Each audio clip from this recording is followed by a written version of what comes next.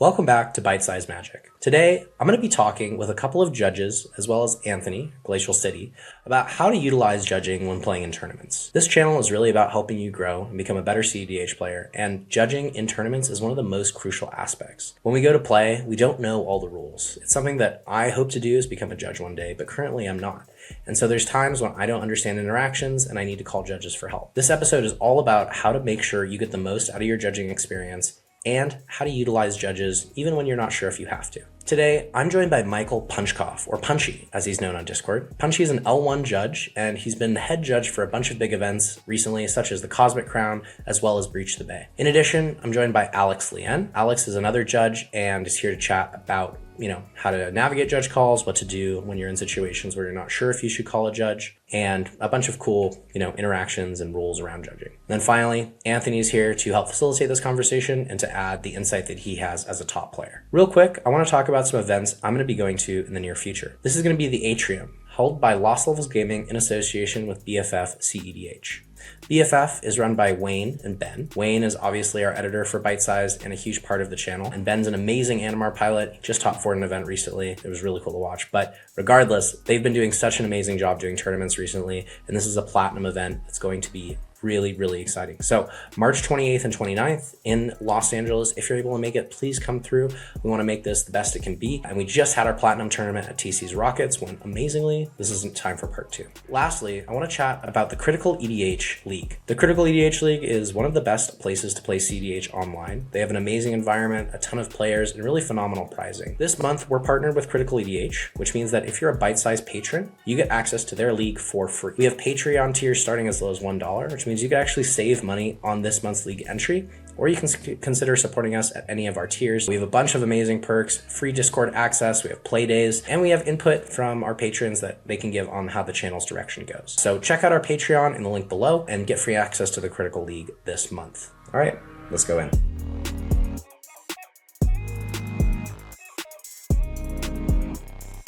All right, welcome back to Bite Size Magic. My name is Snack, and today I have some very awesome people here to talk about judging and cEDH. If you guys want to just introduce yourself, let people know who you are and what you do in the space, that'd be great. I'm Glacial City. I am not a judge like the other two members here. I am just here for the player perspective. Yeah, Anthony, go by Glacial City. Hi, I'm Alex, go by Alien. I play a lot of cEDH. I run a lot of locals, I'm the local TO for the Bay Area for weeklies and some of the monthlies. I am an L1 judge, although I haven't judged in a very long time. I still keep in touch with a lot of the rules just because I think they're interesting. And yeah. Hi, I'm Michael, or Punchy, most commonly known as Punchy within the Magic community. I mainly play Legacy and Modern, getting back into Standard a little bit, and I played a decent amount of cEDH. I top-aided the Legacy Eternal Weekend this past year, as well as made the cEDH NV, so I do, in general, know what I'm talking about these formats. But I'm now sort of the local judge for the Bay Area, and trying to be more of a head judge for the greater California/West Coast area. Currently working on my L2 as well. So currently an L1 and just reached out to people about getting my L2. So that should happen soon. And I recently head judged Breach the Bay, which was 180 people. Yeah. Awesome event, by the way. Really, really fun. Breach so the far, Bay. I haven't heard complaints. And I'm Cosmic hoping that I Crown. do so I can change things. But yeah, until then, I'm going to keep running my events the same. Yeah, so this episode, really the goal of it is for you as tournament players, people getting into tournaments, anyone playing competitive Magic in this 4-player cEDH environment, to help you better navigate judges and judge calls, tournament rules, all this kind of stuff. It's a lot of things that we don't really talk about as tournament players. And I think that there's a lot of information that these two judges can provide to you guys to kind of enlighten you on how to go about these in better ways that we might be doing currently. The first thing that I kind of want to bring up is, what is the role of a judge? Why are judges in the game? Why are they at tournaments? What are they and what aren't they? Maybe Punchy, you can go first, and then we can hear from Alex. Sure. Yeah. So I think the general consensus is that judges are there as an authority figure, which isn't entirely true. The role of a judge is to sort of help the player with their game. I would like you to keep playing, and I'd like you to have a good experience, but I just want to make sure that my tournament is run correctly. And once the tournament starts, the judge is essentially taking over for the TO, unless some sort of administrative issue happens that the TO needs to be sort of brought in and done with, say like kicking someone off the premises because they've been belligerent. Until then, the judge is sort of the premier person to talk to, and I will try to keep you in this game. So if I hear talks about like collusion or bribery, I will sort of sit you guys down and be like, hey, don't do this. If we've gone too far, I then will start ruling and start having issues. There was a great judge at this recent MagicCon where I top 8'd the modern event, and before our top 8, he sort of sat us all down, was like, if anyone wants to do any splits, let's talk and let's sit together, and I will make sure that you don't incriminate yourself and DQ yourself from this event. And that's sort of where I am. I would like you to enjoy your game. I would like you to play your game properly. Please don't DQ yourself. I will try to keep you here. Yeah. Heck yeah. Yeah. I think interestingly, we do want to go into the difference between TOs and judges, right? They're not the same figure. They should not be the same figure because that's a bit of a no-no. But we can get into that after. Alex, do you have anything you wanted to add to kind of the role of a judge, the importance of a judge, why they're there? Not really. Yeah, mostly like judges are your friends. I think you don't have to be afraid of judges. They're just kind of there to help you out. They're not really like they're not trying to DQ you. They're trying to like make sure you're not DQ'd. If there's anything that you're like worried about, like, hey, is this thing allowed? Is this not allowed? You can always just ask a judge like, hey, is this okay? Yeah, they're there to mostly like keep the peace and keep the tournament running. Like Punchy said, like they're not trying to like throw you out of the venue for random reasons, unless you like are doing something very wrong. Yeah. Gotcha. Yeah. And like we said, like Magic is such a complex game. I've heard people say it. I don't know if you guys agree, but it's the most complex game in the world. You do have to go to school to become a judge. It's just not something that's like this easy, like online certificate. Like I could marry 2 people very easily. I could not become an L1 judge. At some point, it would be cool to learn about that whole process. But yeah, it's a complex thing. They're there to make sure that the rules are enforced. And then the last thing I wanted to comment here is, you said that until the tournament starts, rounds begin, the TO's in charge, and then that kind of switches over to the judge. Is there any other distinctions that should be made between these 2 roles? Sure. So the way I see it is that the TO is essentially the sort of admin body in charge of the entire tournament. So their role started off a while ago, sort of planning this tournament, making sure the right people are hired, making sure the venue's good, making sure the software is good, that we're getting signups, whatever they can think of. Once the tournament has started and we've got our judge staff, I've been briefed to, do this. We figured out all policies that we want to enforce. Like for Breach the Bay, I talked with my TO about the altar policy because this was a person who sells altars. And so I want to make sure that their altars are legal. I want to make sure that the altars are also within our standards of allowance. Mm-hmm. And so leading up to it, we had these conversations and just everyone was on the same page. As soon as player meetings started, the TO sat in the back, worked on all this stuff, and I ran the tournament. Nice. Made my announcement, made sure my TOs, got rid of people who weren't here. We had a person who didn't show up, and then a person who showed up on the wait list. Was like, great, let's get them swapped in. All good. And then from rounds 1 to top 4, I essentially ran the tournament with a few sort of concessions in top 16 and top 4 to make sure I'm talking with my TO about what we want to do. Gotcha. The next thing I think we dive into is when to call a judge. And for a lot of tournament players, this is the beginning of a tournament. The judge has a whole spiel. They say, hey, call me if anything happens. Call me even if you don't know if you should call me. What is the 101 when to call a judge and why to call a judge? You should basically call a judge whenever you are unclear about what's going on, whenever you're confused about what is happening. Mm-hmm. If you're even something as simple as just like, oh, I think I know what this card does, but it's in Japanese, so I don't 100% know what the card does, and I really just want to confirm that. You can call a judge and just ask for like, hey, can I get the oracle text on this card? I think a lot of people might be too afraid, like, oh, I don't want to bother people. But that's what the judges are there for. Like, they're there to make sure the game, the game state resolves the way that it should be resolved. So I have like a foil Japanese Aboro Breeze Caller in my deck. Obviously, a lot of times, like, my opponents will be like, what does that card do? And I don't, it's in Japanese, I can't read it. So I call a judge on my own card because I don't want to just tell them, like, hey, this is what the card does. I'm just going to like, hey, judge, can I get the oracle text on this card so my opponent can know what it does? Just basically, like, anytime you think, whether, like, you are confused or you think your opponents are confused, just call a judge. That's pretty much my thought process as well. Is if you think you should be calling a judge, you should probably already be calling a judge. There was really interesting Twitter discourse recently where someone posted a hypothetical where the opponent has a 2/3 Tarmogoyf and they have a bolt in hand, no instant in either grave. And the question was sort of, can I call a judge over and ask what happens if I bolt the Goyf? And the general consensus is that I won't give you any new, I won't help you make a play. I'm not going to give you information being like, if you do that, it won't die. But if you attack that, if you do it to this, this will happen. But I will describe the game state to you. I will help clear up confusion. I'll say that, if you cast this bolt, the Tarmogoyf will have 3 damage and the lightning bolt will be in grave. And that's great. I hope we've cleared up confusion. Let's continue on with the play. Similarly, if someone has Japanese cards, I would love to come over and tell you the exact Oracle text of this card or pull it up on my phone. I had a person at Breach the Bay going through someone's deck, and there was a bunch of foil or foreign cards that they didn't know what they did. They're like, Judge, can you just sit here for a bit and tell me what these cards are? And as they were surgicaling this person's deck, they would just stop at a card and be like, I don't know what this card does. Be like, great, let's quickly give you this Oracle text, and I'll give you the time extension as needed. Mm-hmm.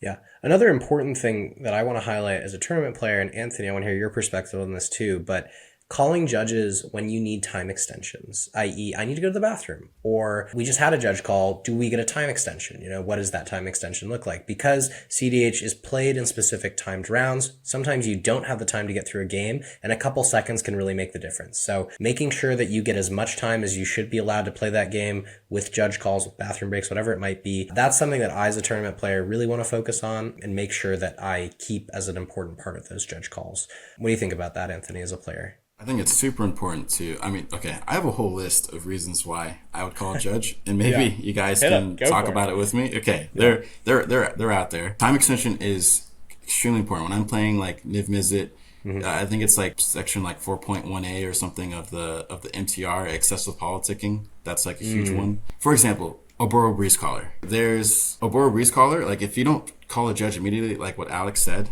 then you could go into, you could lose maybe like 2 minutes talking about this. Hey, do you mind if I get out my phone? Is that allowed? Should I do this? I don't know. Should we call a judge? Like time is gone. Time is wasted. Just call a judge and hopefully you get some time back. Usually you don't. I always hope that I do, but I think it's just faster to call a judge and then they bring out the Oracle text. Other reasons I personally would call a judge. Sometimes when you're playing a game, people like it gets tense. It's a very competitive game, and maybe people start getting a little bit cagey. Maybe people start getting a little bit rude. Maybe people are trying to like bully you into something. Maybe you're like arch enemy, right? And like I just might call a judge and be like, hey, like I just want to take some game actions. My opponents are like, I don't know, like.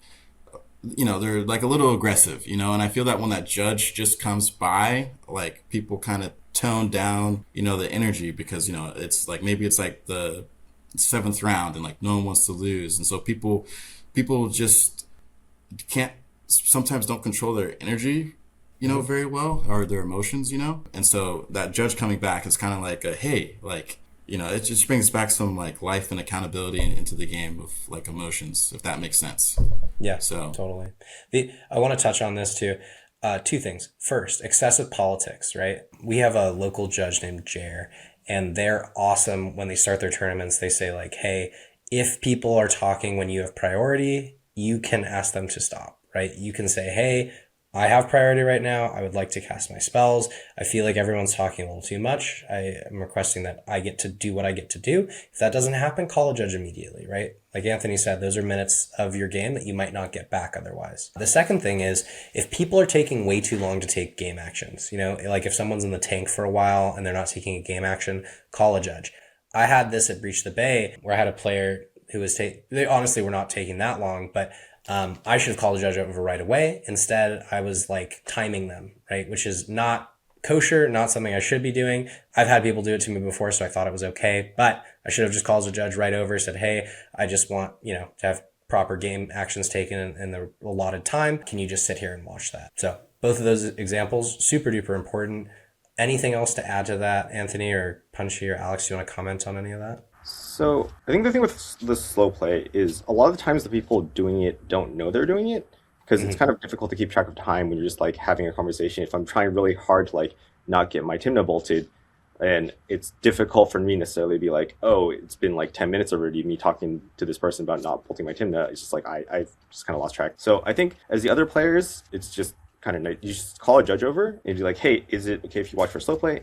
You aren't even necessarily accusing anybody of like doing slow play when you do that. You're just like, hey, we're kind of in a complex situation right now. Somebody might be playing slow. Like I've done this, like someone said this to me before, and I did this as well, where like there was one time where I stole a breach and I was trying to figure out my like breach combo line, and my opponent just called the judge. It's like, hey, like I'm not like, I don't think you're gonna slow play, but like I'm just gonna call a judge to watch just in case, because like we like, sure, there's plenty of time on the clock. I'm not accusing you of slow play. I just like want to make sure that you're like doing things briskly. I was like, yeah, that makes sense. I'm glad that you call a judge. Thanks, judge, for being here and watching our game. This happened to me again recently, where basically I had like an insurmountable board position, and the other players are like, well, we can't win anymore. Let's play for a draw. And they're like, okay, well, how do we play for a draw? Like, and they look at the clock and like, oh wait, there's 10 minutes left on the clock. And I'm like, okay, well, if you're gonna tell me there's 10 minutes left on the clock, I'm gonna call a judge and be like, hey, judge, can you watch for a slow play? Because I'm not necessarily accusing any of you of like slow playing, but like it kind of feels like you're inching in that direction. So I'm just gonna make sure that everybody plays at like a proper place to make sure that like nothing illegal is going on, nothing sketchy is going on. And the judge is just there to make sure that like nothing, that people play properly, basically. Yeah. One quick question I had is, and something that I think all players should be aware of, is you can ask your opponent to take a game action if you believe that the amount of time in between game actions has surpassed that, which they should be allowed to have. How does that work in judging? Should you be asking your opponents that, or should you just call a judge over if you feel like you're needing to ask them to take game actions? So that's a bit of an interesting spot, purely because of cEDH. Because in cEDH, we have, as Anthony said, the MTRA 4.1, progressing play, where if you're active player specifically, you can ask that your opponents sort of stop talking and sort of continue on with their play. Mm-hmm. In general, I would shy away from you as a player like actively telling your opponents that they're slow playing, but I think that you should tell them, like you can ask them, be like, hey, can you take a game action? Okay. In general, the way that I would treat it is either you can call a judge right away and just be like, hey, do you mind watching our table? Which I understand is sort of not always the greatest, because since cEDH is a sort of a 4-player game, calling over the judge sort of can direct ire towards you. And I wish it wasn't that way, but that's kind of just how the politics end up working. And so in general, the way that I've played it out is just if my opponents are taking a while, be like, hey, can you take a game action? And if they don't, then be like, judge, do you mind watching the table for slow play? Gotcha. Okay, so maybe ask first and then call a judge. But yeah, I think it's just a nice thing to do that I usually do. You don't have to follow that; it's not a hard rule. But I kind of like warning my opponent, being like, "Hey, I need a game action here." Yeah, I've done that in 60 card a lot. When in doubt, judge out. Yeah, I do think that it is worth calling a judge more often than people already do. Yeah, especially because in our format, slow play and like stalling specifically is very prevalent. And stalling in cEDH is different than stalling in 60 card. Stalling in 60 card is specifically slow play with intent. There's a more technical definition, but essentially it is that you can't stall without actively slow playing. Whereas in cEDH, you can talk, you can take random game actions, you can do whatever, and it still can be stalling because you're trying to drag out this clock. And so I've had tournaments where I've had to DQ people who, by 60 card definitions, were not stalling in any way. They were taking game actions that advanced the board state, and they were taking them quite quickly. But in our investigations and in watching the game, you can very much tell that this person is doing these game actions for the sole purpose of trying to drag out the clock, especially in these overtimes where they can't know how much time is left. Yeah. And so if you think that your opponent is slow playing, call over a judge, have the judge watch over. I will always try to sacrifice a judge to have watch over a pod, because it's important that these people don't DQ themselves or don't do something that they don't realize isn't allowed.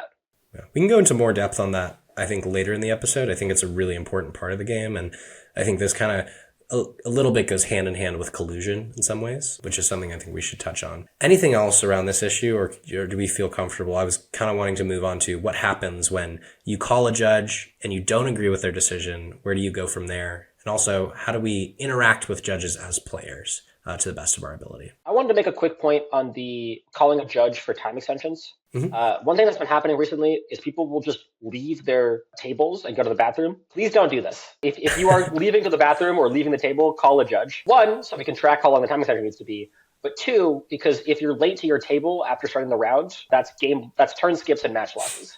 And if I start the time and I don't see you and I don't know where you are, you're going to get turn skips or match losses. I think the suggestion is actually to, like, if you need to use the bathroom, like, in kind of overtime, and it makes more sense to wait until the round starts and then call a judge to your table and be like, hey, the game hasn't started yet, I'd like to use the bathroom. And then you go use the bathroom then, because then the judge knows that you're present, and then they know that, like, to not give you a game loss or a turn skip. Whereas if you just like, oh, I still have like 5 minutes before the round starts, I'm gonna use the restroom. And then like there's the long line in the restroom, or like it takes you forever to find it, or you just like really need to take a long time, then you like end up losing out in time.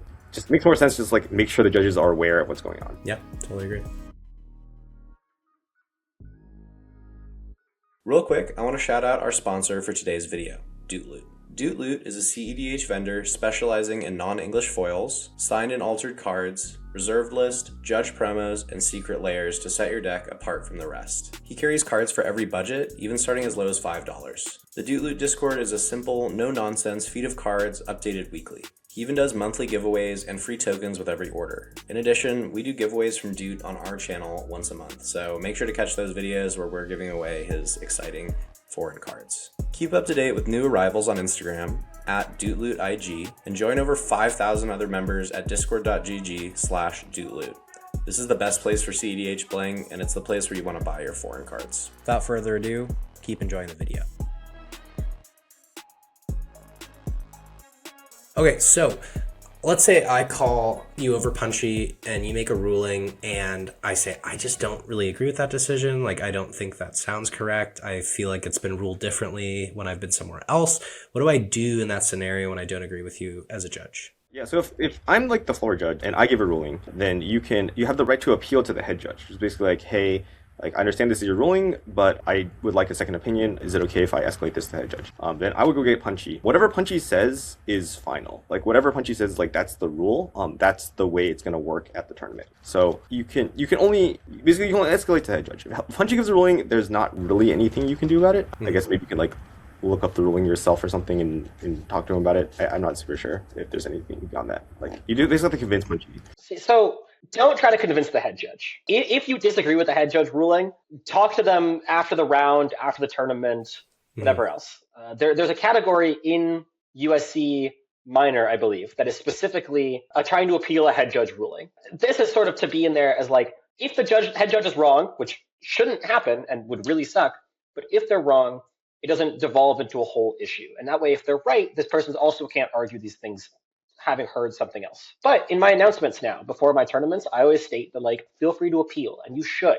If you genuinely disagree with a floor judge ruling, or you think that you would just like a sanity check as well on this ruling, appeal. That's what the head judge is there for. For bigger events, we have appeals judges as well. I had one at Cosmic Crown. They were great. And this makes it so that people shouldn't be unhappy or not really understand why the ruling is given. Gotcha. There's times, like, as a player, like, you're not sure because you have 3 opponents who are pressuring you, saying that you're wrong.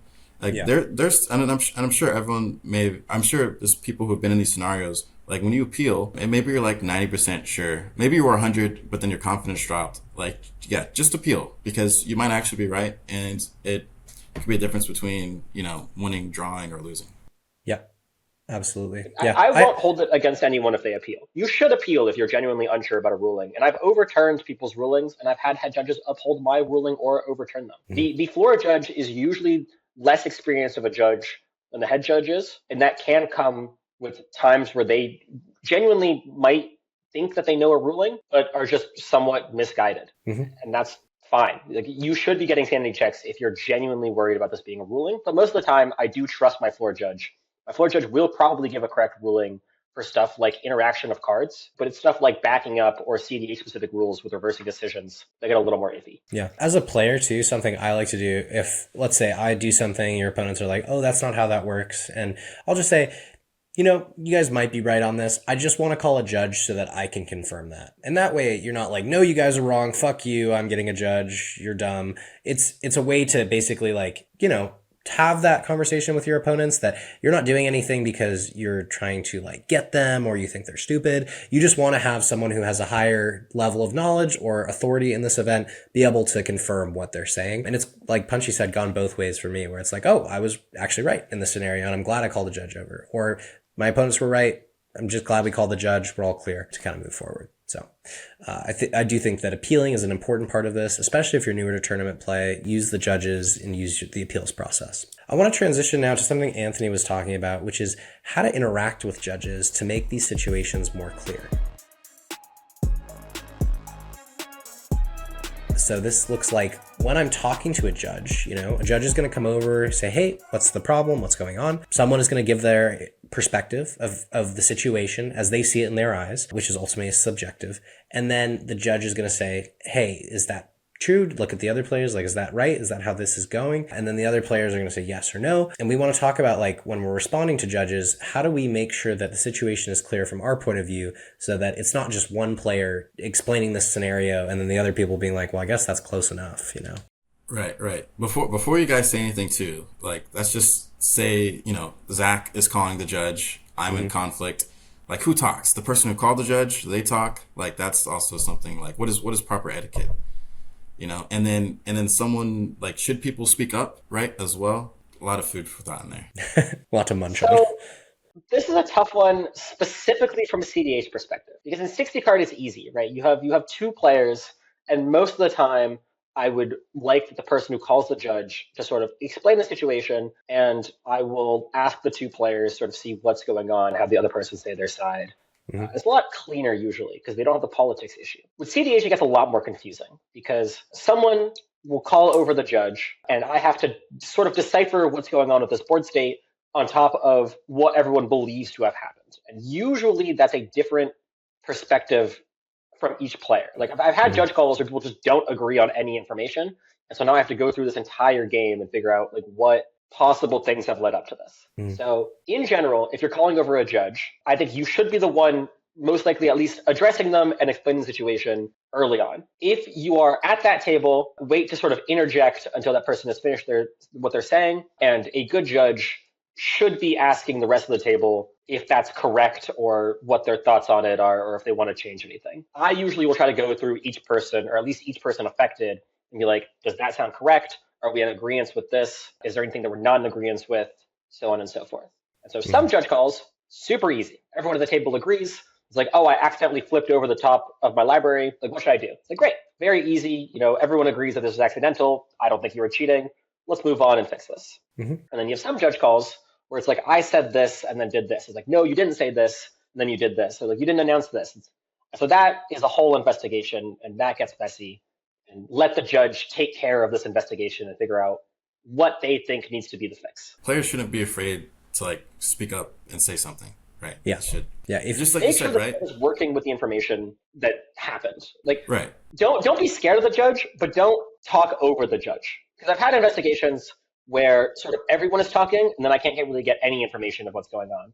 And I have some investigations where kind of no one says anything until asked a specific question, and I feel like I'm in a cEDH game.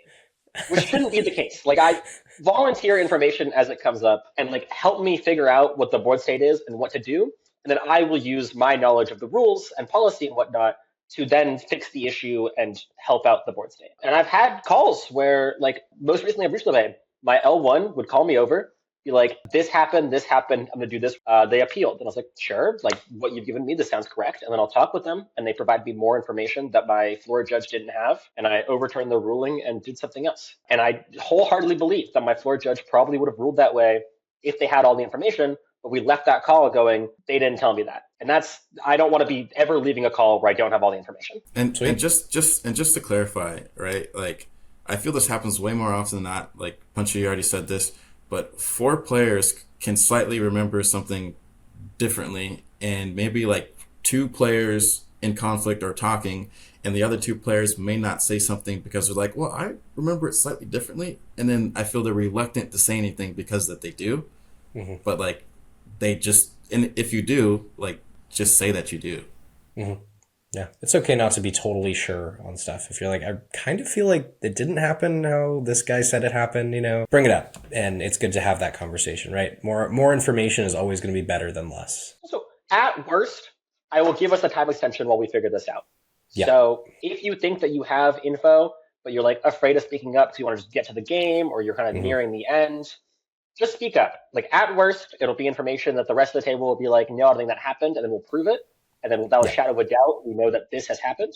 And then I'll add on another minute or two in our time extension, we'll move on.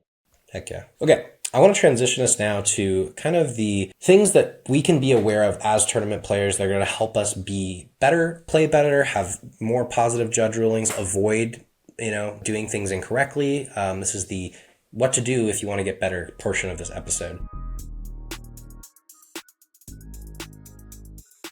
And I think that starts with common violations. So things that you as judges see and say, this happens a lot, these are easy things to avoid, or these are maybe not so easy things to avoid, but it's something that I see happen consistently enough that it would be great to address it now so that anyone watching this doesn't have to run into that and have to call a judge or do something that they shouldn't have done. Sure. Yeah. So, I mean, the general issues are sort of all covered within one part of the IPG, and that's gameplay errors. The thing I get called over for the most is gameplay errors. This is missed triggers. This is looking at an extra card on accident. And then you have the more annoying and sort of complex ones of hidden card errors, which is a card that you're not supposed to have access to, has made it to your hand or some other hidden zone, and we have to do a whole thing. Or just the kind of all-encompassing GRVs, which is somehow something got fucked up. Let's figure out what we can do about this. Yeah. And the best recommendation I can really give with that is just tightening up your play. There's no really like specific all-encapsulating fix that will catch all of those. Just sort of like you are still responsible for the game state, even if it's not your game state. There's a gameplay error called failure to maintain game state. And that's that some issue has gone on long enough that the table should have caught on and for some reason didn't. This is always given with a GRV. So it's like an example I had when I was playing cEDH online was I had a Manglehorn in play and my opponent played Birthing Pod, activated Birthing Pod, did a thing, and then the table was like, oh, hey, that should have come and tapped. There's a Manglehorn. And so I got failure to maintain game state and my opponent got a GRV because it's my Manglehorn and I should have been aware of its effect. And my opponent had the Birthing Pod, and they did the whole thing wrong. And so it's stuff like that where even if you are not controlling the effect, but you've seen this go on long enough that you as the table should have caught on that this was an issue. Say the table not exiling things to Douthie was one I had one as well. It's like now we have to go through and fix all this. You as the table should have seen that this was an issue. Just keep track of the game. And so that ties into all gameplay errors, where if you have triggers and you're missing them and we have to keep coming back being like, hey, remember your triggers, that's a problem. So you want to be remembering what's going on your side, and you want to just kind of have general awareness of things that are happening at the table. So what I was saying is probably this is a good thing to be doing as cEDH players anyways, which is I want to be aware of my game state. And Anthony talks about this a lot as in the micro and the macro, right? I want to be aware of the micro, which is what I'm doing in my plan. And I want to be aware of the macro, which is what other people are doing, what their plans are, what cards are on board. Don't miss a Draneth in play. These sort of things that we want to be keeping track of since this is such a complex game. And just because you play Rakdos or Sans Blue does not mean you should not pay attention and check out the game. Like, yeah. It takes a village. And once again, you can, by not paying attention, you can receive, what's it called? A minor or GRV? Failure to maintain game state. Failure to maintain game state. So please walk in. You're in a tournament.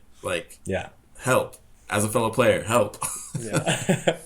I guess I should also state, maybe emphasize, do not try to fix the board state on your own, even if you're like, oh, this, I should have not drawn this card, and you, put the card back on your deck, or you're like, oh, this card, I accidentally knocked it off, I'm just going to, shuffle my decks, because it's random anyway. Always call a judge, let the judge resolve it. Just, even if you know the fixes, even if you are a judge yourself, or you know the rules, just call a judge, just to make sure that everything's resolved properly. Yeah. The other thing is Punchy mentioned triggers. I guess triggers are kind of weird because there's you can miss triggers. Miss triggers is a separate category, which is different than like maintaining game state. And whether or not you can miss the trigger kind of depends on a bunch of different factors. So one thing is if your opponent misses a trigger on accident, say they cast a spell and they have a Ristic Study, and then you don't have to tell them hey, you have a Ristic Study trigger and I will be paying the one or I won't be paying the one. You can just not say anything.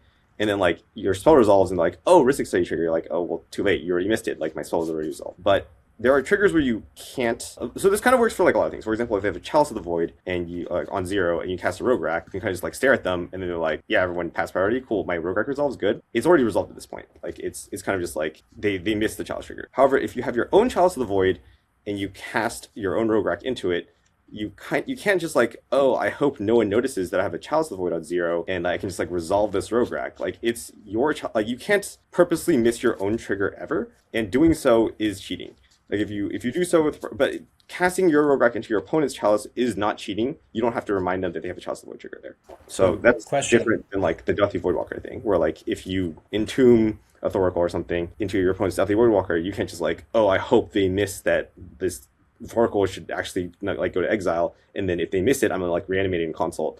It's not a trigger that they can miss, so it just always goes to exile regardless. And trying to bypass that is cheating. So question on this. Like, let's say I'm at a very low life total. I have a Lotho on board. I cast my second spell. Everyone misses the Lotho trigger. And there's two scenarios. The first is I know I have a Lotho trigger and I'm intentionally not doing it. Obviously, intention is pretty hard to prove in any, Magic game. But I have that scenario. And then I have the second scenario where I genuinely missed it. I forgot that it was my second spell. There's maybe a stack war and it's been a while since my first spell and I missed that trigger. Is one of those cheating? Are both of those cheating? How does that work? The first one is cheating because you were doing it with the intention of like bypassing your own trigger. Mm-hmm. Obviously, proof is not necessarily super easy. The judges would interview you, they interviewed the table, and try to determine whether or not like that was intentional or not. In the second situation, it's not cheating. You aren't like allowed to forget your triggers, but like it happens. In that situation, so basically, if your opponent wants a trigger to happen, that's your trigger, they can kind of make it happen. Or so in the case of like the Chalice of the Void, if they're like, you cast a rogue rack and there's like a stack pile or something and they're like, oh, actually you have a Chalice of the Void trigger on your own rogue rack, and you're like, oh shit, I like completely forgot. You're like, okay, well, I'd like to put the Chalice of the Void trigger on the stack to counter your rogue rack now. Your opponents are allowed to like basically place your trigger on the stack if there's like a vote and you only need one person to vote yes before the trigger gets put on the stack. And I think that's going to happen regardless, I guess. But in the case of where the judges determine that you're cheating, you just get DQ'd. So there's... Gotcha. Yeah.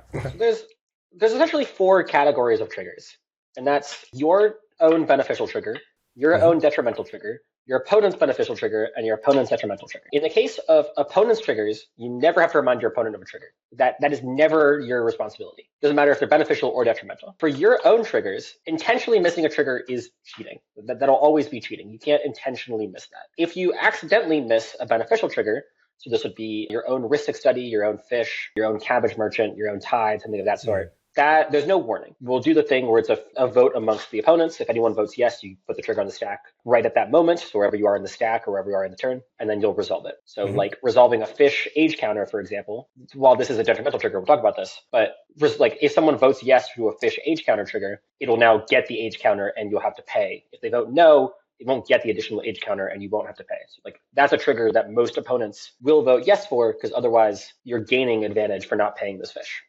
But then we'll go, so that's a detrimental trigger. So we'll go into detrimental triggers. Detrimental triggers there's a whole description of what generally detrimental is, which I've been struggling to find for the past few weeks. But in general, it's like losing life, sacrificing creatures, discarding cards, that type of thing. Losing the game to a pact, something like that. Yeah, a pact trigger is like one of the most notable detrimental triggers. And so this is one where if you miss it, you receive a warning, and then once again, you go around and pay. The main distinction I want to make between beneficial and detrimental is that they can overlap. Like Lotho, for example, both loses you life, but makes you a treasure. And so the question becomes, is Lotho beneficial or detrimental? And for that, you look at why you would run this card. And so you are running Lotho for the treasures. It does not matter that you are losing life. He is a beneficial card to your strategy. The trigger is something that you want. So even if you're at 1 life, missing that trigger is a beneficial trigger and you won't get the warning. But then we will do the whole thing where, let's put it on the stack most likely and you're probably dead or have to respond to it.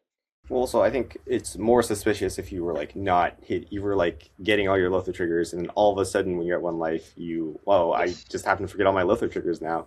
There would definitely be a written investigation to that if you were very on top of them and then all of a sudden you're not. Yeah, I was going to say the same thing about Esper Sentinel. You aren't putting this card in your deck as a 1 mana 1/1. It's an artifact creature human soldier. You're putting it in your deck because it has the trigger. The same thing with Lotho, same thing with Dark Confidant if you play that, or Lotus Cobra. Just because it sometimes can hurt you, if you have an empty library after Thoracle Consult, someone casts a spell, it would obviously be bad here because it's not a May, you have to draw a card. That's not the reason you put it in your deck. So it's treated as a beneficial trigger, even though in this specific situation, it is detrimental to you. A general rule of thumb as well is if it's for beneficial or detrimental, is would you play this card if it didn't have this trigger? So let's look at Pact of Negation, right? Would you play Pact of Negation if it didn't have the trigger on it or you have to pay 5? Yes, clearly. I would love to play this card if it didn't have that. That's a detrimental trigger. It's a trigger that actively makes this card worse. Whereas let's look at something like Lotho. Would you run Lotho if you didn't make a treasure? No, it's a beneficial trigger. You're never putting this card in if you're not making these treasures off it. Gotcha. Heck yeah. Anything else on this topic that we want to cover? I have a small heat check. You have a Ragavan, opponent has a DRC with Delirium, and they forgot to swing, call a judge. What happens? So that's not a trigger. So not a trigger. it becomes a question of how far along we've gone. So this would fall under GRV because you have a delirious DRC that you should be keeping track of, and you should know that you have to attack with it. And so the general fix for GRVs is you apply a simple backup, which is like put a card back, go back a phase. So like let's say you caught this in second main, like you just went into your second main phase. You're like, oh, I didn't attack with my DRC. Nothing has happened. You didn't attack with anything in your combat. Let's just go back a phase. We're in beginning of combat, go to declare attackers, declare your attackers. If a simple backup doesn't work, we apply a partial fix. There's a list of partial fixes in the IPG, so I'm not going to run through them, but it's stuff like if you forgot to discard, discard. Forgot to draw a card, draw a card. If that doesn't work, you do a full backup. So we see how far back we can go without it changing the game state. This is scary because if someone has a way to like shuffle, like if someone has like a fetch land on board and part of the backup is putting a card back on top of your library from your hand, that can very much change the game. And so you don't, like backup is sort of a last resort where if it is fine to back up, you can back up, but make sure that's not changing the game entirely. And if that doesn't work, you leave the game as is. It sucks. It's never a thing I want to be doing, but I'd rather not fuck up the game by leaving it as is than fuck up the game backing up. So in this scenario where I have this delirious DRC, I forgot to go to combat, we pass through my turn, we go to Anthony's turn, he has a Ragavan, he wants to hit me with that Ragavan, and he calls the judge and he says, hey, they didn't swing with their DRC, it's delirious, and now I can't hit them with a Ragavan. Let's say nothing else has changed besides that. Do you back that up? Most likely, if nothing else has happened. And I don't want to give like a blanket statement that I will back up every time that happens, because that's just not true. Like, there's a chance that like your play in your second main phase changes if you attacked with your DRC and like very much changes the game. And so in general, if like, let's say we're playing 60 card here and I'm playing Delver and my opponent is playing some modern, I guess, or playing Delirium versus whatever deck would play Ragavan at this point, Energy. And I tap out first main phase. I then go to combat, forget to swing with my Delirious DRC, pass the turn. My Energy opponent draws a card. And I was like, oh, you wouldn't have had a blocker, like Judge. At this point, it's a pretty easy backup of, let's put a random card from your hand on top of your library. Let's move to this person's turn. They're going to attack with their DRC. You're going to pass the turn because you're tapped out. You're clearly not going to cast anything, or you would have. And then we go to the next person's turn. They draw their one card, and they attack with Ragavan. But like if we do this and the person whose turn we went to has a fetch in play, that already becomes really scary territory. If they put a random card back, they may now fetch, and they may not have wanted that card. Say it's Dread Return, where you want it in your deck to mill. It's like, oh, great. I've accidentally now gone to put my Dread Return back. I'm going to fetch and surveil, and now I'm in a much better spot. And so backups are like a very much a last resort that you don't want to do unless you know it won't change the board state. It'll just fix your issue. Gotcha. What if it's like I guess in this case, it's like the DRC is supposed to be tapped because it's supposed to attack. What if it's like a misrepresentation of board state where it's like, I just have my DRC tapped on accident, but it's not actually tapped, and then like you attack with Ragavan, I'm like, oh wait, this DRC shouldn't be tapped, and then like untap it and surprise block you or something. Like, when are you like, wait, no, that's not how that should be? How far back are you backing up in the situation? Like, what if somebody, instead of a Ragavan, it was like a Tymna, and you're like, oh, I'm going to play Imseal and draw the card off Tymna. It's like, okay, well, do we get to back up the Imseal now? Because I probably wouldn't have cast the Imseal if I had no clear attacks here. It, again, kind of depends, and that's going to be an answer a lot with the MTR and IPG, where it gives the judges a decent amount of leeway, but with like a lot of details on what to do and these types of things. And so for that specifically, if you're specifically like, this DRC is tapped, not supposed to be untapped, most of the time I will rewind back to beginning of combat or declare attackers. One of those two, depending on kind of where we are, in that like, let's say that this opponent was, you know, they seemed open because their thing was tapped. You swung with Ragavan, it's like, Judge, this was supposed to be untapped. So, okay, we'll rewind back to declare attackers. You can rechange where you'd like to attack if you'd like to attack, and we'll move on from there. That way you're not losing a Ragavan for no reason. And we're back at sort of the same board state that would have happened. Your gameplay just might change in some small direction. In the case that you cast an Imseal beforehand, and were like confident you were going to get in with this attack, whatever else, probably rewind to before the Imseal was cast. Again, want to make sure that you're not really fucking up the board state somehow. But in most scenarios, the only thing that's really happened is that the table now knows you have an Imseal. And while that is not great, it's better than sort of ruining the entire game because you thought you have an avenue to do something that you didn't. Would you guys recommend players try and fix the situation themselves? No. I would never recommend the players try to fix it themselves. This is a habit that I had to break as a judge. Yeah, this is a habit that I had to break as a judge, where once I started judging and I went to bigger events, I would hear someone yell judge, my head would snap, and I'd be like, oh, I can fix this. I'd be like, no, I should not. I am not a judge. I should not be offering fixes. I should not be fixing my own game. I had a game at Eternal Weekend where we had a judge call where we both should have known, and we both just missed it. And I knew the fix, and the judge, and I was like, nope, we're going to call a judge, answer this question. If I myself know the answer and think it's wrong, I might appeal. But otherwise, like, you're here as staff, I'm here to play the game. We just started a Patreon and a Discord, so if you want to connect with me and the rest of the Bite Size crew more, you can check out our links for Patreon and Discord below. It's a great way to support the channel, as well as engage with us more. We'll do play days every single month. We're here to chat with our patrons and hear what you guys want for videos, so make sure to go check those out if that's something you're interested in. We really appreciate all the support so far. We can't wait to keep growing. The next thing I kind of want to jump into as tournament players, things that we want to be keeping track of are public information and how to track that, and then derived information.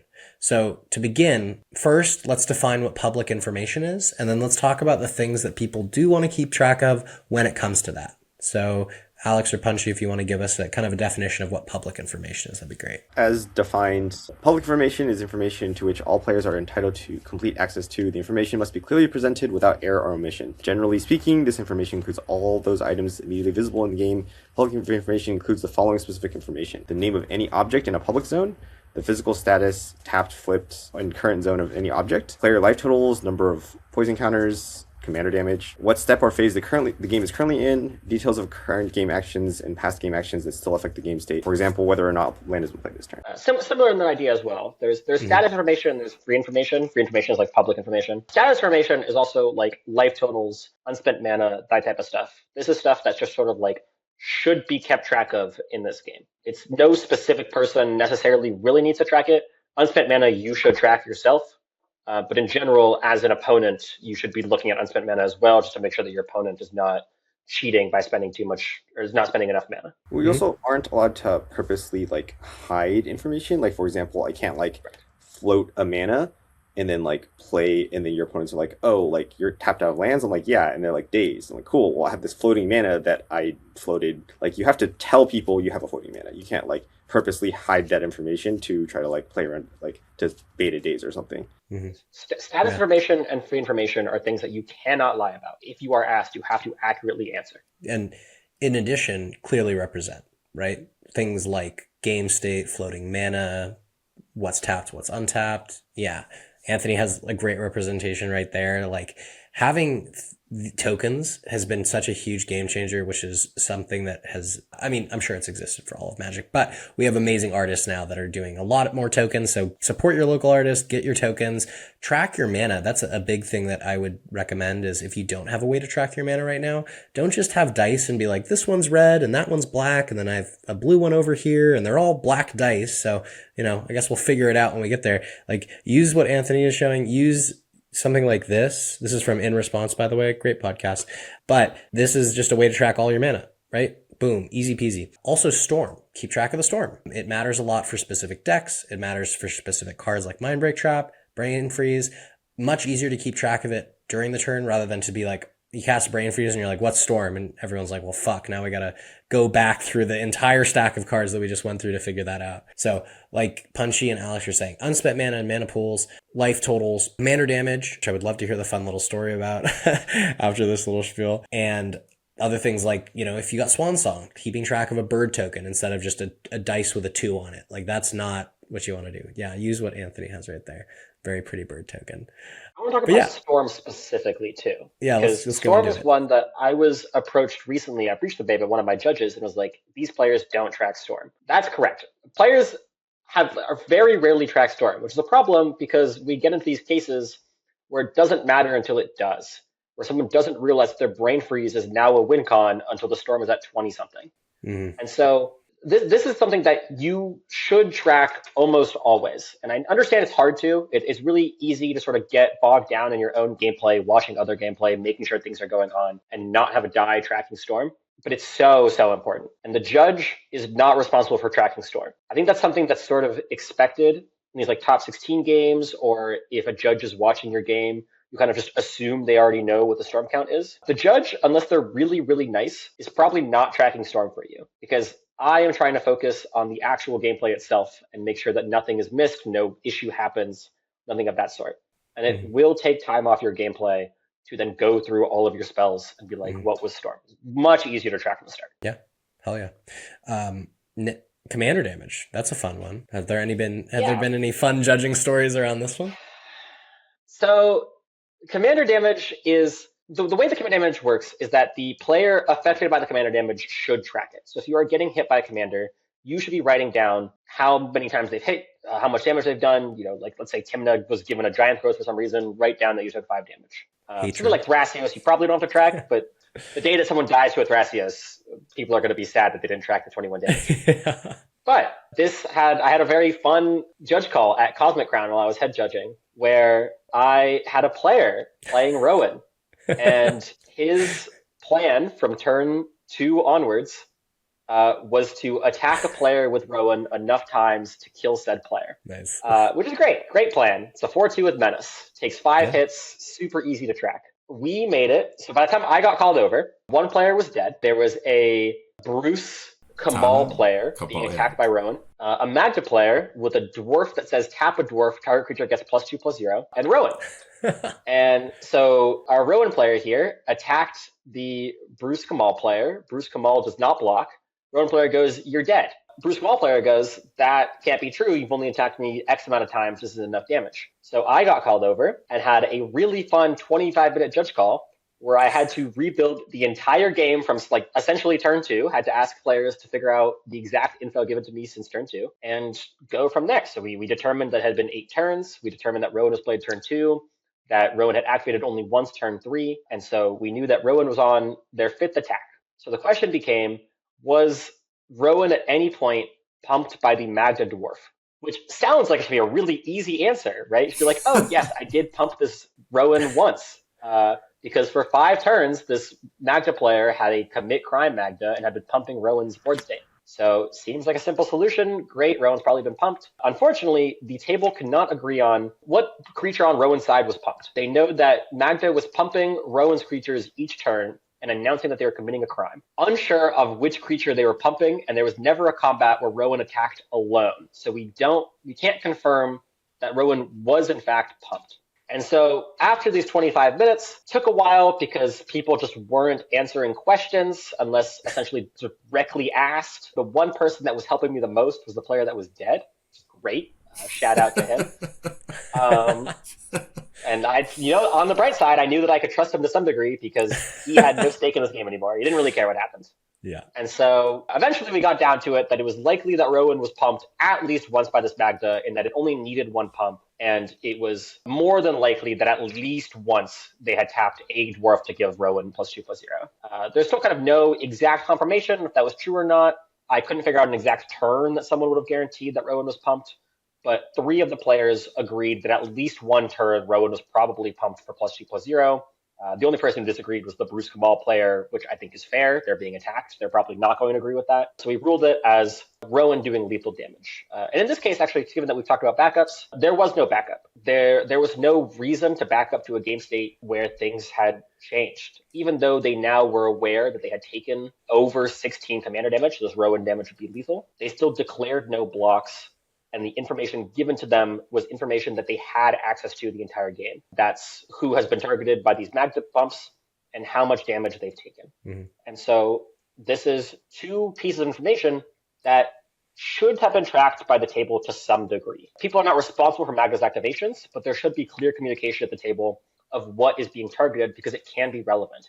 Even if you're not blocking, the fact that commander damage is prevalent and could come up should always be an issue. And even then, there's a chance that for some reason someone is playing a destroy target creature with power 4 or greater. I wouldn't in cEDH, but there's a chance. And so you should always clarify this is the thing being pumped. Mm-hmm. And the second thing being commander damage. The player affected should track commander damage. That's the important.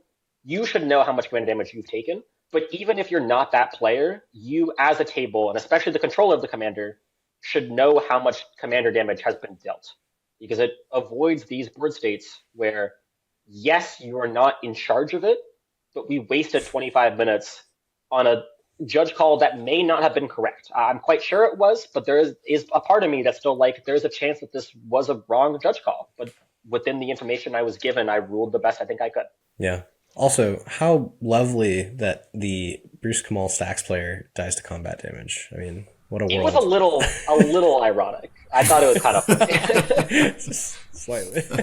Anyway, anything else about public information we want to cover that we haven't gone over so far? I mean, we can talk about the other type of information, which is derived information. Yeah. Which is information that you as a player are not responsible for giving your opponent, but you cannot lie about it if you do, to be clear. But if you do you can ask a judge to give that information or ask them to find it yourself. So this would be stuff like number of cards in your library, or what's in your graveyard, or cards in hand. Oracle text of cards. So if I play a foreign Vexing Bauble and someone asks me, what does Vexing Bauble do? I can say it counters free spells. That's not a lie. That's what it does, but I also can sacrifice it. Similarly, if someone asks me, like, with your Vexing Bauble, will it counter this Rogue Rack? I'd be like, yes, it will. You don't have to specify that it counters all free spells. That person is free to assume that it counters their 0-drop and play around it like it's a Chalice of the Void. They shouldn't, but it's an option they have provided, and they'll continue on with their game. It's not a lie. It's not misrepresenting your board state. It's just part of what the card does. And so these are things that if you are unsure, call a judge. I will pull up Oracle text. I will, pull out the card from another deck if you're worried about that being wrong. I'll tell you what the card does. Anything else about derived information that's important, relevant, things we should be aware of as tournament players? So importantly, you cannot lie about derived information. Derived information also includes Oracle text on anything, but also just like keywords. So if you ask me like, what does shadow do? I can't lie and be like, oh, it's like can't be blocked by black creatures, or like can only be blocked by like it's basically fear. It can only be blocked by black creatures or artifact creatures or something. I can't tell you the false information about Shadow. Instead of asking your opponents what the cards do, or like a foreign card, it's still better just to ask a judge because they don't have to give you full information. So if I ask like the Abora Breeze Caller and you ask me what does that do, I can just say it's a 1 with flying. I can just say it has. I can say anything I want as long as it's like a true status about the card. I can just say like it's a blue creature, it's a wizard. I don't have to tell you anything. I might even try to mislead you on purpose by giving you partial information. For example, like if you ask me like what a Ragavan does, I might be like, oh, it like takes the top card of your deck and like neglect the part where it makes a treasure, which is like generally the reason people play Ragavan. And then you might, I might try to mislead you on purpose, because I don't have to give you the full information of the card. So if you don't know what a card does, you should ask a judge. Your opponent is not required to tell you anything. They're just required to not lie about the information that they give you. I want to specify that. You can't lie, and you also can't misrepresent both status, free, or derived information. Like, if you are going to give an answer, it has to be at least partially correct. And I know that there is going to be some cEDH player out there that listens to this and goes, oh, I can completely say what my card does and it be completely wrong. No, if you describe a card to an opponent, you have to be saying truthful things. You don't have to give away your entire card if you don't really want to. I think it's a nice thing to do, to be like, this is what my card does, whatever else. But it still has to be true. It can't be a misleading piece of info. Zach, ask me what Curse of Opulence does. Anthony, what does Curse of Opulence do? Oh, I'm sorry, my card is not in English, but if you attack the person that is enchanted, you get to create a gold token. I'm gonna do that for sure. Yeah. I mean, that's correct. You have correctly stated what this card will do. You neglect to state the fact that the controller of the Curse of Opulence will also make a gold. But that's the thing that, like, if you shouldn't trust your opponents to tell you everything on their card. Anything that they say should be correct. If they tell you something and it ends up being wrong, call a judge and we'll try to figure it out. I don't want to be in that situation because it'll be really tough to figure out. But like, call a judge, we'll try to figure it out. But if you are unsure of a card, if it's foreign and you think that your opponent may not have told you the whole thing, or you just don't implicitly trust your opponent because it's a competitive game, call a judge over. I'll pull my phone out, I'll give you an Oracle text, and we'll move on. Heck yeah. The next type of information I want to cover is, let's say I cast a Gataxian Probe targeting Anthony. I look at his hand. I'm like, okay, these are Anthony's cards. What kind of information is that? What am I allowed and not allowed to do? Can I take notes on those cards? If my opponents ask me to see those notes, do I have to show them? Can I tell everyone what Anthony's cards are? Can I take his hand and throw it on the table and be like, these are the cards? Yeah. What is this kind of information? What are the rules that surround it? So this is private info. This is info that you yourself have knowledge of, but do not control, or I guess specifically don't own. So this would be stuff like Git probe, or say I used Mishra's Bauble on someone and saw the top card of their library. I know this info. I do not have that info at my disposal. I cannot show other people the cards that I saw. That is still like the player who has those cards. What you can do is you can write down the name of those cards or just kind of brief notation of what they are. Notably, what you can't do is if you're, say, going through someone's library because you like opposition agented them, you can't write down every single card in their library. It is way too time consuming. That will be called slow play. So write down sort of as many notes as you can, kind of quick as possible, but like I Git probe the Ristic Study player and they have 30 cards. Don't write down all of them. Wait, is opposition agent different than Git probe in the sense that if I opposition agent am controlling a player, since I'm controlling the player, am I allowed to reveal their hand? If you control a player, you get to see any hidden information they have. You don't get to reveal it. So similar with something like Emrakul, I get to see your hand. I still am not allowed to reveal your hand, but I can read off the cards to everyone if I'd like. And that's the main sequitur here is it's information that you have access to and that you know it. You can't show it, but you can write down notes. You can show your notes. You can tell people. The point is that you can lie about the information that you saw. You are not allowed to sort of confirm like this is exactly the information I saw. And about that with notes, there's sort of a myth that if you write notes, you have to show your opponents the notes. That's not the case. Notes are private info. The main thing with notes is that, one, you can't bring notes into a game that were written beforehand. So like if I wrote out like my entire deck list in my notes before my game, and then I went to my game and just started looking through my notes, that's outside assistance. What you could do is as soon as you started your game, during mulligans while you're waiting, is if you wanted to, write down every card in your deck list, and it's something you can reference. And definitely not getting called for slow play. I was gonna say, like, don't take too long, but like if your opponents are doing random stuff, like sure, do what you will. If you're taking forever, I will call you on slow play, and we're gonna have a conversation of why you're doing this, why you should be taking your turn.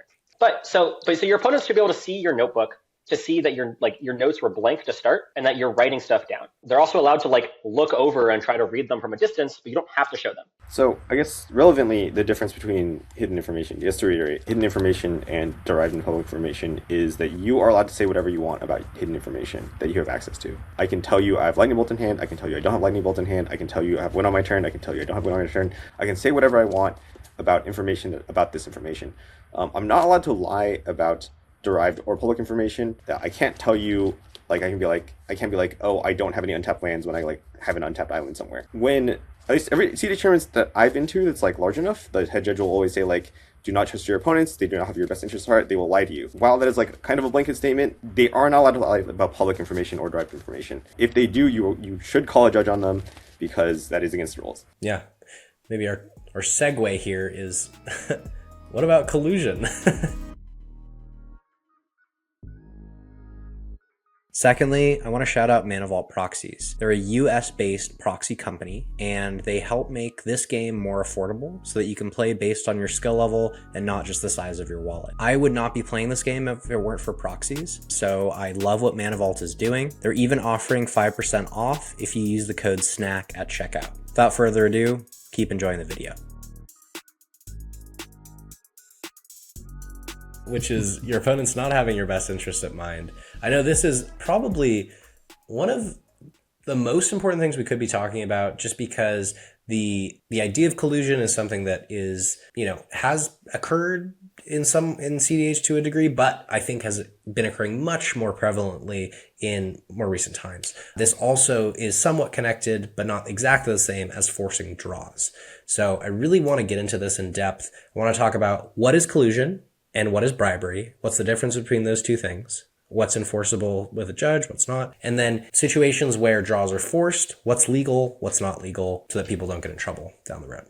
So collusion is sort of a weird topic for cEDH specifically, in that like collusion in 60 card isn't the same. Collusion in 60 card is sort of like working with others to to determine a match. And so not like it's collusion in 60 card is like you are colluding with another opponent to do a thing that influences the game or like the tournament in a completely different way. It's not working with your opponent in that same match.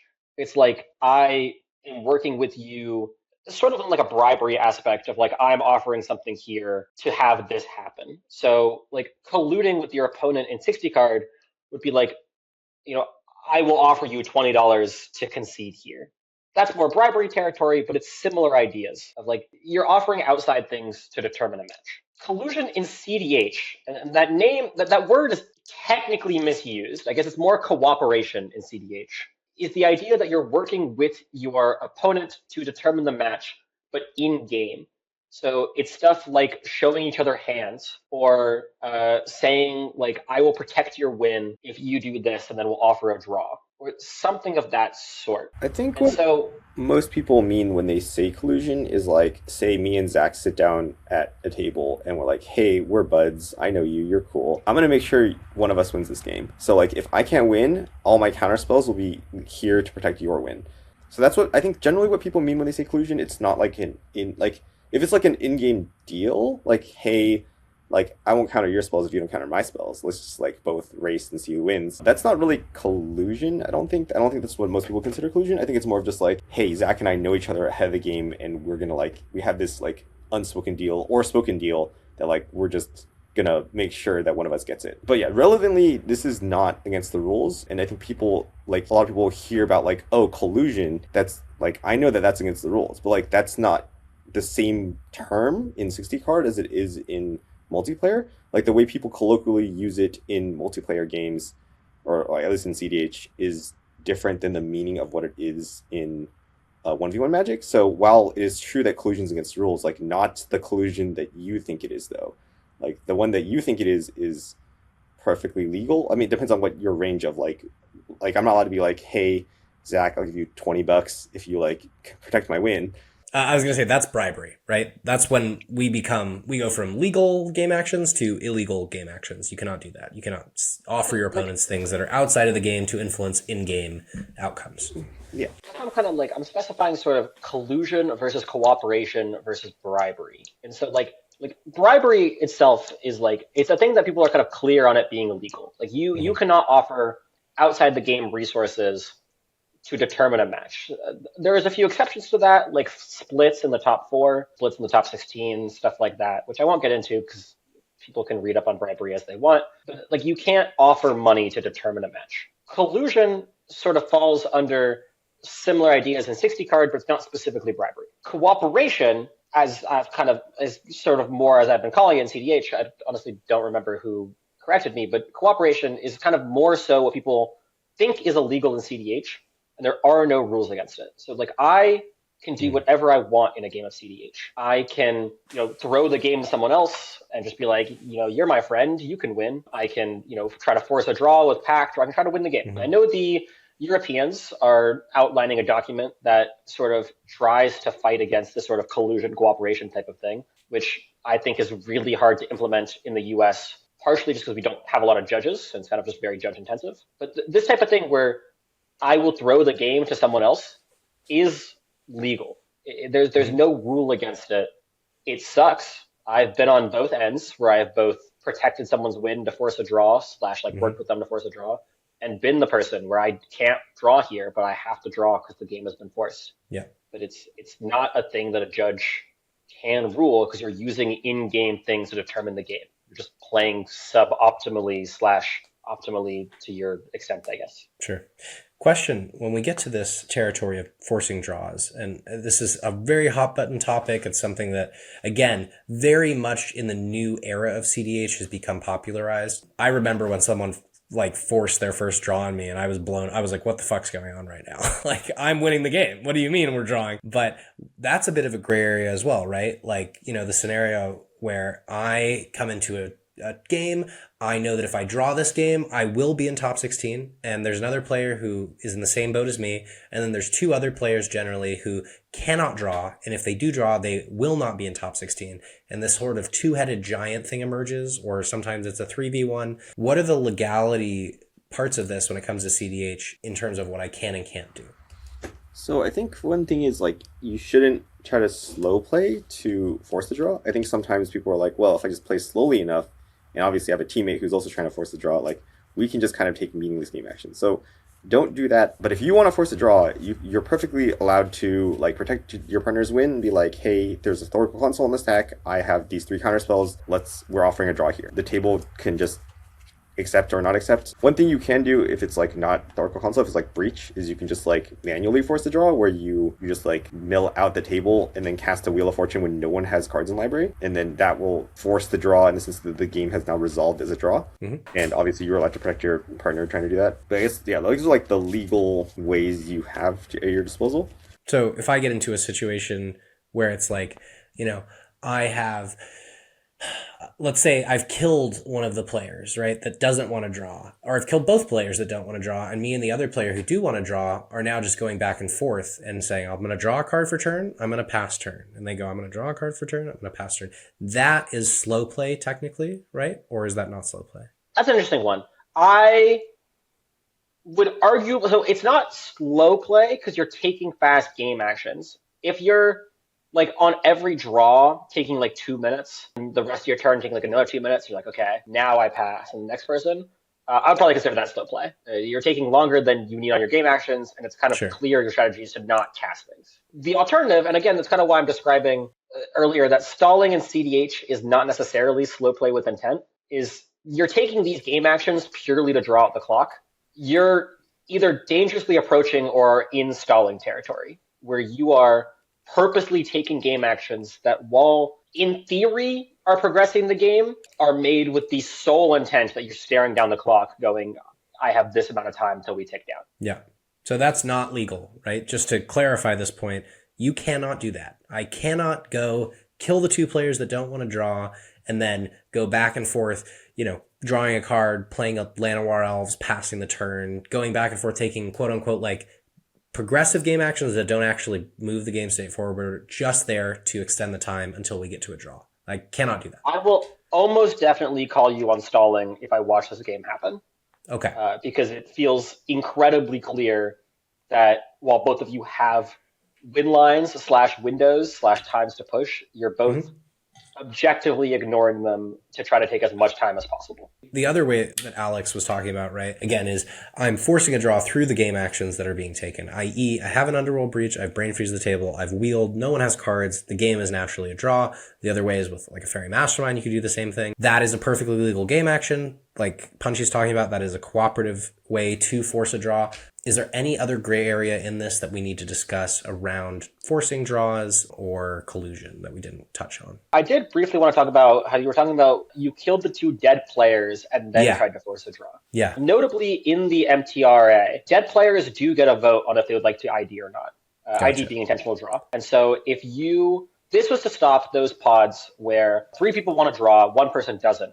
So the players just go, okay, we'll kill you. Now we 3 will agree to a draw. That no longer can happen. That one player can agree to the draw if they'd like to, or that player can be just like, nope, we're not drawing, continue. Yep. I feel like it still usually resolves as draw, though. Like, I think a lot of players Usually. I don't know if it's because they don't know, or if they just like are like, oh, well, I'm dead, I can't win, so I get win or draw, so I might as well take the draw. But I think in my experience, like, very few people will, like, if you're like, hey, I have this lightning bolt and you're at 3, I'm offering a draw, they're gonna be like, no, kill me, and then I will just take the loss. Like, I think the vast majority of people will just be like, okay, you got me, it's a draw. I think it's partially that 1 point is always just better. Partially they may not know, and partially it's kind of like, who am I to stick to my guns at this point? Like, I'm already dead. It doesn't really matter to me. You guys can draw. I think I would in the situation where it's like 1 player, 2 players need to draw, 1 person has like win on the stack, and the other person's like, I'll protect their win. I'm like, okay, then do it. Like, you also miss out on top 16 if you do this, because I'm not taking a draw. So like you also, like, we're in the same, like, they're trying to be like, oh, I'm this guy's boat, I'm protecting his win, and we get the thing. I'm like, no, you're in my boat. Like, if you don't get a win here, you don't get anything here. Yeah. It's a very possible thing to just kind of spite, be like, no, like if we lose, we lose. Doesn't matter to me. Exactly. I think that's actually a pretty good idea to have going into these games if you're in a scenario where you need to win the game to get top 16 and two people might need to draw the game into top 16. Even saying that at the beginning, just being like, hey, just so you guys know, I will not accept a draw throughout any course of this game unless it is forced, i.e. we've all brain freeze and we're wheeling, because that's going to let the other people know that if they're going to go through that line and quote unquote protect someone's win, you're just going to let the other person win. You're like, I'm already out. Doesn't matter. If you're going to protect the win, you're also losing this game. I've seen this happen before. What happens when the one player who's dead doesn't want to draw, doesn't make it public? The other three players, they agree to draw, and then they shuffle their cards, and then the fourth player says, hey, I did not agree to a draw under any circumstances, and everyone's cards are picked up from the table. I don't like this example. I mean, there's really no good fix. If this player has sat at this table this entire time, watched this happen, I'm probably chalking this up to a communication issue, probably giving the person who did speak up a warning and keeping it as a draw. Like, that feels intentional, that if this person specifically did not speak up in the time that these people all talked, agreed to a draw, shuffled up, it was like with malicious intent. My goal here is to make sure that the game is unrepairable and that it somehow doesn't end up in a draw. In a more common example is like the player who died leaving, not making their sort of idea, like their opinion known that they don't want to draw, but just like leaving and getting out of there. All three players then agree to a draw. Fourth player isn't there to disagree. They all shuffle up, whatever else, we're out. And that's another one where I think that it would rule probably the same way. I would assume that you're sort of agreeing to the draw if you've left without making your opinion known, because you would only really disagree. If you wanted to disagree, that's the opinion that should be made known. If you don't care about the game anymore, which is kind of what is assumed if you leave without telling the judge anything, then I would assume that you don't really care about the results and that these three people can now agree to a draw. So if you don't want to draw, but you don't want to stay at the game, because you don't have to, you're dead, you can go do whatever, find a judge, ideally the head judge, tell them, in this game, I died, I don't want to draw, and ideally, make the table aware of this as well, because as head judge, I will probably be trying to walk over and be like, just by the way, this player is not going to agree to a draw, and go on from there. Yeah, that sounds proper. Yeah. Okay, I think we're kind of going close to the end of the episode, and I want to come with a couple, maybe one or two questions that I've come across and that I would love your opinions on. The first is, let's say that I'm watching a game and I see something happen that I know is not right, i.e., I don't know, someone draws multiple cards off of a Mystic or more, or they, didn't take the damage that they were supposed to take, or either a game rules violation or a misrepresentation of board state. Should I go in and tell the players, that they fucked up and that they need to go back, or should I just do nothing and say, I'm not in the game, I can't say anything? What's like the correct procedure in these kind of situations? I think I know the answer, but I would love an opinion. It depends on what you think the issue is, or what you've identified the issue as. Notably, if someone is missing a trigger, specifically their own beneficial trigger, don't call a judge over. Like, you can miss triggers. You shouldn't be missing your own beneficial triggers, but people do it often where they sort of miss their Ristic and Fish on accident and then realize later on, like, oh, I missed it. But if you as a spectator are watching this and see someone miss a Ristic trigger, don't stop the game, don't call a judge, just keep watching. Specifically, if you think that someone has missed their detrimental triggers, or some other bigger issue has happened, either call the judge over immediately, or ask the players to pause the game and then call the judge. Either way, try to get a judge involved. Don't try to fix it yourself. At worst, if you think that something has happened and you feel the need to call a judge and you stop the game, I will just come over, either say this is an issue that we don't need to address, or help address it, and then we'll give the time extension back. Sure. But don't interject and be like, you missed this trigger. Like, hold on. Yeah. So you are not required as like a bystander. Like, nothing will happen to you. Nothing bad will happen to you, even if you like see something go wrong. It's more of like a courtesy thing of like, hey, I think I want this game to resolve the way it should resolve. You are, depending on the rules enforcement level, you are allowed to ask the game to pause and then call a judge over, And basically, like, even if you don't know, you're like, oh, I think this is like resolving wrong. You can ask the table like, hey, I think I saw something. Can you like pause the game? Like, we'll call a judge over and tell the judge what happened, and then like the judge can fix it. You aren't allowed to do that at professional REL. Although I think there are very few events in cEDH run at professional REL. So I'm not sure that super affects most cEDH tournaments. Pro REL just doesn't allow bystanders anyway, so this shouldn't. So that's not. Yeah. Well, I mean, but yeah. So like, if you're like a player who's like walking by a game or something, you're leaving your game, and you aren't allowed to like pause the game. You are allowed to like call a judge. Still, like you can always call a judge and be like, hey, I think I saw something that happened in this game. Maybe look into it. But yeah, you aren't allowed to pause it professional, but you are allowed to ask for a pause it, competitive or lower. But at Pro Rel, we can still call the judge over and say, hey, can't step in, can't talk to the players, but you say, hey, I think something's happening over here. Can you just go check it out? Yeah, we can talk about kind of the main differences between comp and pro as well. Because like comp REL is what most tournaments are run at. This is just, it's what it sounds like. It's competitive REL. The idea is that this tournament is competitive. People are here to compete. People are here to win. But like, you're not super locked in with the strictness. Like, there's still a little bit of leeway. We're still trying to, make sure the tournament is run well and fun. But like, the idea is that people are here to play the game and compete. And so in this type of REL, you can still watch games and you kind of still have a bit of leeway with your penalties and whatnot. And so in Comp REL, if you are watching a game and you think something really fucked up has happened, like, I don't know, someone Court of Calling for a creature, there's a Graph Digger's Cage out, the creature hit the board, and you're like, you yourself know that Graph Digger's Cage should stop this creature from coming in. You should stop the game, call a judge, be like, hey, judge, this happened. Can you help fix it? And then we'll figure it out. It's just sort of the judge staff may be understaffed. They may not have been watching. They may have to be going around or whatever else.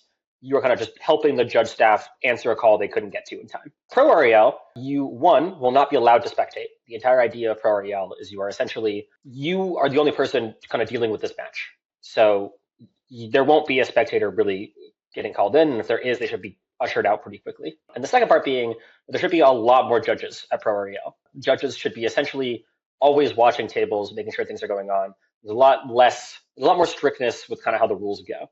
So just to clarify, I'm a bystander and I see someone is like not taking the correct VV damage or is not losing the correct amount of life on ad nos. I can go over as a bystander or a /player bystander and pause the game and call a judge. Yes. I mean, if you feel that there's a problem, even if you're unsure of if it's supposed to be calling a judge over or not, it's usually better to call a judge. Even if it's something that we won't rule on, say like a miss trigger, it's still probably better to have judges' eyes on it. It's kind of our whole job just to make sure the game runs smoothly. And so we'll try to fix it from where we can. Sometimes it is a bit hard, like specifically, for example, with VV triggers, it's hard to know if we get called in sort of mid-trigger, if that trigger was actually announced and if that person lost their life or not. And so it'll kind of always be a thing of like, let's get up to date, see what's happened, make sure everything's correct, and we'll go on from there. Mm-hmm. And then the last thing I'm curious about, and I think something that might be able to help people who are playing in tournaments, interested in playing in tournaments, is obviously Magic is incredibly complex, like we stated earlier. And if I don't want to go through the intensive process that it takes to become a judge, how can I better acquaint myself with the rules, become more familiar and more comfortable? I want to show up to an event knowing the rules, et cetera, et cetera. For new players, for more experienced players, what's the best way to sort of acclimate yourself with the rules of Magic, maybe without going all the way down the route of judging? I always recommend players, if you're serious about competing in any format, just sort of skim through the IPG and MTR. They're really easy to find if you just search up IPG, MTG. What do they stand for, by the way? IPG is Infractor Procedure Guide, and MTR is Magic Tournament Rules. So the IPG is specifically, as it says, it's like, this is the infraction, this is what you'll do. The MTR is specifically rules relating to tournaments and how they're run. This is stuff like loops, tournament shortcuts, stuff like that. And I think it's a good cursory read. If you're going to read anything, I would read section 2 of the IPG. That's gameplay errors. That was stuff like mistriggers, GRVs, failure to maintain game state. Those are the most common things that'll come up, but it's nice to know just what they are, what the general fix might be. If you could read the rest, kind of skim through, it'll probably help you, but I wouldn't say that you need to like study them. That's kind of the whole point of being a judge. Yeah. As far as rules, I would say read through the TR, but like it's such a long document. So unless you're really, really devoted to learning the rules, probably not worth it. So that's stuff that just, if a rules question comes up, I'm always available on Discord. I know there's a lot of Discords that have a judge available. And so every so often during my day, I'll just get a judge ping and research a question very quickly or already know the answer and answer it. And this can sort of help you either prepare for your own deck. You found a rules interaction all of a sudden. It's like, oh, does this work the way I think it does? The Raw Craft Discord pings me for that every so often. Or it's just stuff like, this happened in my game and the judge ruled it like this. Is that correct? And do you have a citation as to why that works that way? Yeah. And for anyone watching, would you be interested in a Discord where all the judges can hang out, answer rules questions? You could find judges who are local maybe to come to your cEDH tournaments and judge. Let us know in the comments if that sounds like a cool tool. Yeah. If you want head judge Punchy to come to your event. Yeah. A local Punchy to you. Yeah. Heck yeah. Okay, sweet. I think that's about it. Awesome that we went through all this stuff. I found that I learned a lot, so I appreciate you guys being able to chat about all this stuff. Is there anything that we missed that we want to cover in any more depth, clarify anything on? The floor is everyone's. I do want to say, in honor to one of our locals, Max, he states that, he recommends and I recommend, maybe actually read these. Mm-hmm. Our format would be a much better place if everyone did. Yep. Or watch this video. So. Or watch this video. Yeah, there you go. Easy. I completely agree. And part of this game is that I think part of the fun of this game is you get to come in knowing almost nothing and get to play. And every time you play a game of Magic, you generally tend to learn something, whether that to be about gameplay or about rules. But for anyone playing tournaments, if you're interested in playing tournaments or if you're an established tournament player, you can always learn more. And reading the MTR and the IPG are awesome first steps. On top of that, you can check out being a judge. And I have no idea how you do that, but I'm sure Punchy and Alex can enlighten us on that process. People can DM me if they'd like on Discord if they want to become a judge. I'm working towards my L2, so I can hopefully soon certify people. The main thing of becoming a judge is, one, I think be passionate about it. I think there's a lot of judges that sort of get their judging like L1 or whatever and kind of just stop learning. I think judging is super cool. I think the rules interactions are super cool. I think the policy is super cool. I did like a whole week dive on replacement effects just for the fun of it. Nice. So I think it's like if you want to become a judge, you should be, it was really entertaining, let me tell you. Yeah. But I think that if you want to be a judge, you should be prepared to be researching. Like Magic is a genuinely really complicated game, and every so often I'm asked a question that I genuinely have no idea what the answer is. Like I couldn't tell you. The reason that I spurred on this research into replacement effects is someone asked me what happens if you cast a Grist with a dress down in play. My brain short-circuited, and I was like, I'm gonna figure out an answer because I don't know. Mm-hmm. Which, to be clear, Grist comes in normally. But and then the second thing is experience. Becoming an L1 is genuinely not very hard. You have to find a mentor and you have to pass the judge exam. But the main thing between those is judging experience. And so that comes from judging your FNM, judging drafts, judging random local tournaments with someone with you. I judged an RCQ with like an L3, right? And he just quizzed me the entire time while I wasn't taking judge questions. And so it's another thing. It's like if you want to judge, you should want to judge and you should be excited about judging and going out there and answering these questions and learning about it. Mm-hmm. That's what makes a good judge, in my opinion. Heck yeah. How are we get more judges if we don't get the unwilling people in? No, I don't want the unwilling people in. I want my judges show up force judging people to become like, judges. I'm so excited. No, because like even like at events, like I judge events and then no one asks me a judge question. I'm like, someone have an issue. Like I'll come over. Like it doesn't have to be any, like I'll answer random questions. Yeah, get me in there. Heck yeah. Awesome. Well, thank you to all of you for coming and spending your time chatting about this kind of stuff. I think it's very fascinating, and I'm sure that we're going to have 1 billion comments on this video. That's my prediction, 1 billion. 1 billion. And we'll be able to come back for a part 2, go into more depth about all this stuff. For anyone watching the video, let us know if this is useful content. Again, I truly believe it is, and that's why we're doing it. But if there's anything that we didn't answer, anything you have questions on, more in-depth things that you think would be useful for the greater community to be aware of, please let us know. I'm sure all of us are more than happy to do a part 2 of this, but we can only do that through your engagement and through you letting us know what you need. So yeah, without further ado, thank you guys for so much for coming on. And I think that's about it for this video. Share, like, subscribe. Bang, bang, bang. Leave a comment.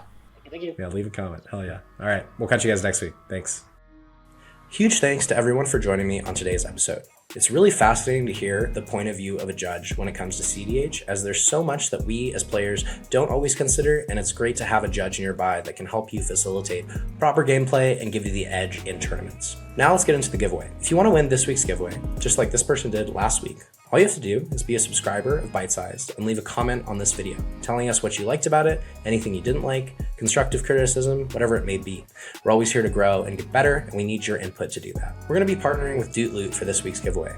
Doot Loot is a cEDH specific Discord that sources foreign cards, foils, Japanese Russian cards, signed cards. They also do giveaways on their Discord, so if you want to join their Discord, you can get free giveaways every single month and have an amazing place to buy all your bling. We weren't sure quite what we wanted to give away for this month's episode, so we're going to ask you guys as the audience what your cEDH grail is. I'm not saying that we're going to be able to get you that Black Lotus that you've always wanted, but when it comes to Judge and DCI cards, which one's your favorite? If you want to leave that in a comment down below alongside any input on the episode, we'll be choosing a winner and letting you know which card Doot is going to be giving away. Finally, reach out to me if you're interested in cEDH coaching. I won last year's Invitational, and I've qualified for this year's mid-season Invitational, which I'm going to be going to this weekend. And I'm hopefully on the path to qualify for the Invitational at the end of the year. Playing cEDH in a tournament setting has been one of my favorite parts of the past few years, and coaching has come second. I'm really enjoying helping people learn how to play better and become the best they can be in this game. So if you're interested in one-to-one personalized cEDH coaching, you can reach out to me on Discord at snack5322,